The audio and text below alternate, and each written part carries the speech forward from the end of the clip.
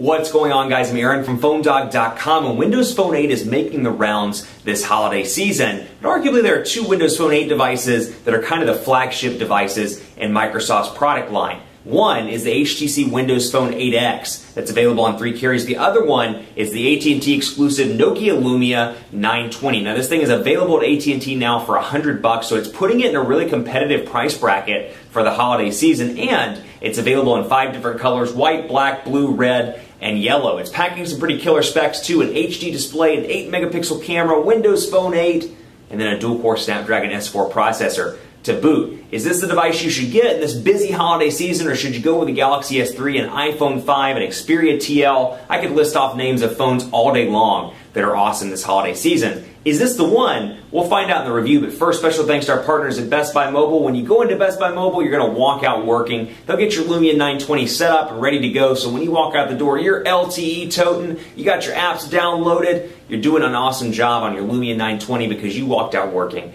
at Best Buy Mobile. Let's take a look. Lumia 920, $100. Is this the must-have device this holiday season? Let's go take a look in the review. If you like personality, like customizing your device, this could be an ultimate smartphone for you. This is the Nokia Lumia 920. It's Nokia's flagship device with Windows Phone 8. Now they've doubled down. They're betting everything, at least in the US and in major markets, on Windows Phone 8. And hopefully, if this device is any indicator, it'll do incredibly well. The Nokia Lumia 920 is available at AT&T right now for $100 or $99.99 with a 2-year agreement, and it comes in 5 different colors. It comes in black, white, red, blue, and yellow. So a lot of different choice for you to choose from. Unfortunately, the white, and I should say unfortunately, like some people will like the white, but this was one of 2 available in the store. I had to buy this because unfortunately the Nokia units weren't available at the moment. When we reached out to Nokia, they did not have one for us, so I bought this one on the Phone Dog tab. But all they had in the retail store at the time was black and white. Hopefully you can find that color of choice if you want it from your local AT&T store, perhaps at Best Buy Mobile. So this thing is packing some nice specs. It brings the 900 kind of an evolutionary bump up with the 920. It kind of has that same look and feel as the Lumia 900, but that said, it's a little bit chunkier, it's a little bit heavier all around. So just specs-wise, let's run through the specs. It's packing a 1.5 gigahertz dual-core Snapdragon S4 CPU. It's got a 4.5-inch HD display with Nokia's clear black technology, so 720p display at 4.5 inches. 720p there, and Nokia's clear black technology. 8-megapixel camera back here with Carl Zeiss lens and a 1080p HD video recording capability, a front-facing camera, a 2000 milliamp hour non-removable battery, and then Windows Phone 8 out of the gate. Now, we covered Windows Phone 8 pretty extensively on the site amongst reviews and dogfights and things like that, but you can obviously see some differences here if you're coming into this from maybe Windows Phone 7 or 7.5. It looks better. They've made it aesthetically a little bit more pleasing, and obviously you can see the customization things that I've done on this device. So just to pick it up for sake of example, let's do this. As you can see here, I can make the People tab, or the People's Live tile rather. All of these are live tiles. I can really customize this device and make it my own. So now I can change it into 3 different configurations. You can see the smaller tile, and I should say in most cases, most applications allow it. Some applications only allow certain sizes, but you can see here, for example, I have phone set on the smallest size, people on the largest size, and weather channel on that kind of mid-size. And if you watched any of my videos, my Windows Phone 7 videos, my biggest frustration with Windows Phone 7 was the fact that there was pretty limited customization when it came to the home screen. This is what you see on a daily basis when you touch your device after coming in from the lock screen, which you'll see as CNN. We'll talk about that more in just a second. But obviously, customization is pretty important.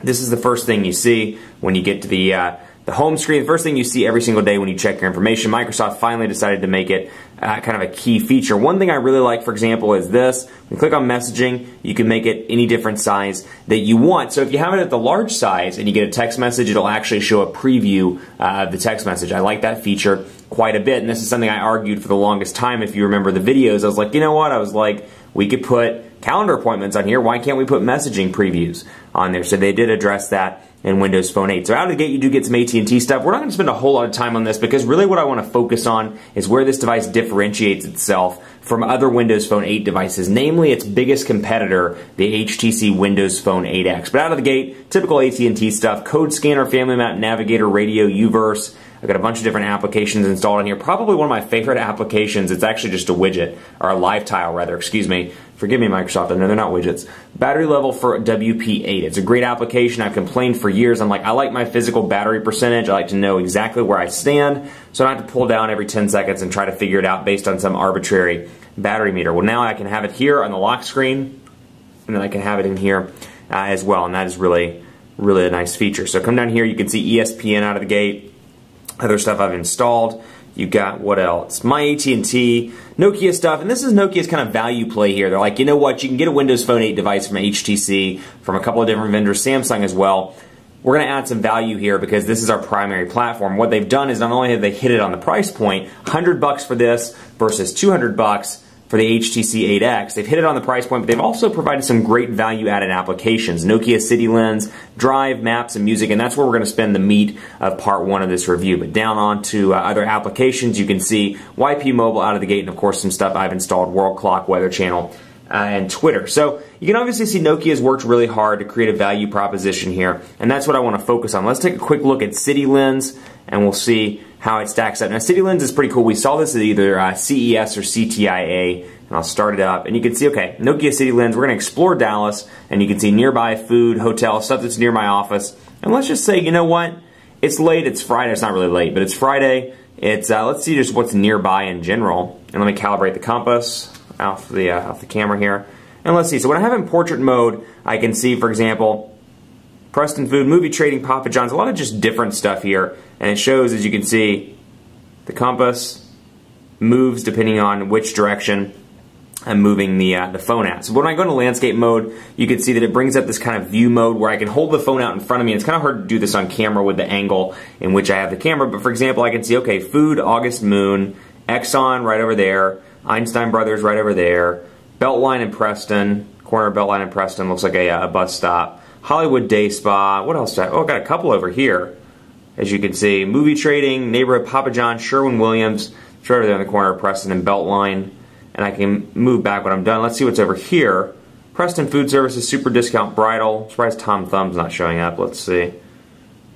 What's over here by my coffee cup, ad group. And you can see this is really great because when you're in a city maybe you don't know. Maybe I'm on a business trip, I'm leaving Dallas, I'm going to San Francisco. Been to San Francisco a million times, but let's say I'm staying in a different neighborhood. That's hard to say. Say I'm staying in a different neighborhood, and I'm like, you know what, what's around here? I want to do some shopping. I want to check out a hotel. Maybe I want to get some dinner. I can click on food and easily move the device around. So it's all about these value-added applications. That's one of my favorites. Another one I really like a lot is Nokia Maps, and we'll come in here and take a look at it as well. And again, this is how Nokia is distinguishing their devices from other Windows Phone 8 devices, because unlike Android, there's not a whole lot of customization in Windows Phone 8 just between manufacturers. So you look at this, and if you were to cover up the logos, you were to cover up everything but the displays, these would functionally be almost identical in terms of, you know, say for little things like HTC Hub and of course the Nokia applications. They'd be functionally very, very similar across the board. And so I think, you know, they're really looking to distinguish themselves as much as possible. So you can obviously see Nokia Maps here, and I've got my location and the various interstates in the US. Let's back out here, and we can take a look at some of the application features here. Directions, download maps, settings. So I can go to directions, let's say, and it brings up from, let's select the starting point, and let's say, you know what, from Dallas to, let's say, where else? Where do we want to go? Let's go somewhere cool. Let's go to, there's Dallas, let's say Texas, obviously, duh, to Albuquerque. And let's do that. And you know what? New Mexico, that's exactly where we want to go. And let's get some directions and see what we can do here. So again, a lot of value-added applications out of this gate. This is going to take 10 hours, 644 miles. And you can see head west, it gives me directions, turn-by-turn directions.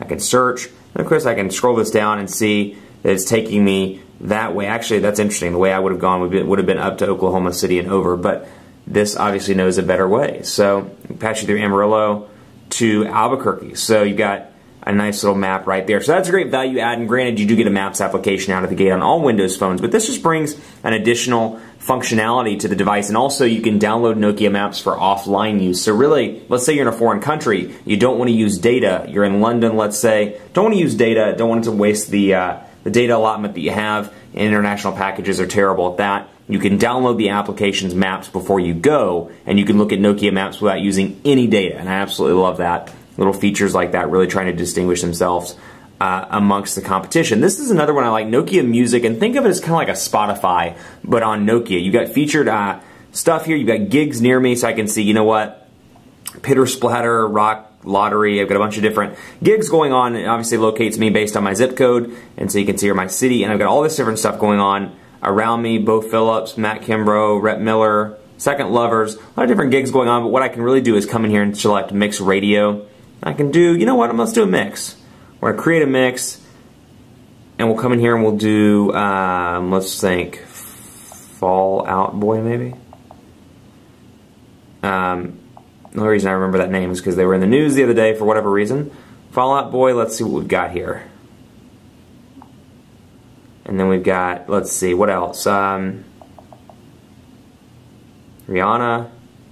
And let's do Adele. That's going to be the most jacked up music station in the history of the world. But, play music. And we'll wait for it to play and start up. So again, all these value-added applications for $100. So there's an Adele song. Obviously, I can go back and do my things on my phone. And then when I want to change it, I can either hit the volume rocker and just pause, or I can go back in to the application itself. So again, a lot of different customization, a lot of different choices here. And one more thing I want to highlight before we cut for part 2 are the actual customization choices when it comes to color. You can see here, change it to cyan, for example, or change it over to orange or amber, actually. That's even better descriptor. Orange is not the best descriptor. We'll go to amber, and you can change that around, but you can also do some great things with the lock screen now. They're integrating the lock screen with some select applications. So for example, I've got Bloomberg here. I can open the application. This is the kind of thing, I'll talk about this in part 2. Actually, I won't spoil it. I'll say that's kind of what frustrates me, but you have to wait till part 2 to see what frustrates me right there. Just frustrating how everything's kind of one-dimensional at times in Windows Phone 8. For example, I have to open the application to close it back out so it automatically updates my background. Little things like that where I'm like, you know what, this wouldn't happen in Android. I could do it and it'd be running in the background, and it wouldn't be a problem. That said, notifications have been improved. You see my battery meter there, but I've got shortcuts for my Outlook account, my messaging, and I can choose an app to show for detailed status. So for example, let's say CNN. I want to select detailed status right there. When I come back in, you can see it shows me Bloomberg is my background now, and then it shows the most recent application or the most recent news item on CNN. I can make that text messaging, I can make that calendar, I can make that whatever the case may be out of that little included list of applications. But Bloomberg right now is my background, and you can see this integrate with a couple of different applications, Groupon, Facebook, and more, so they're really working hard to redefine the personalization of this device and of Windows Phone 8.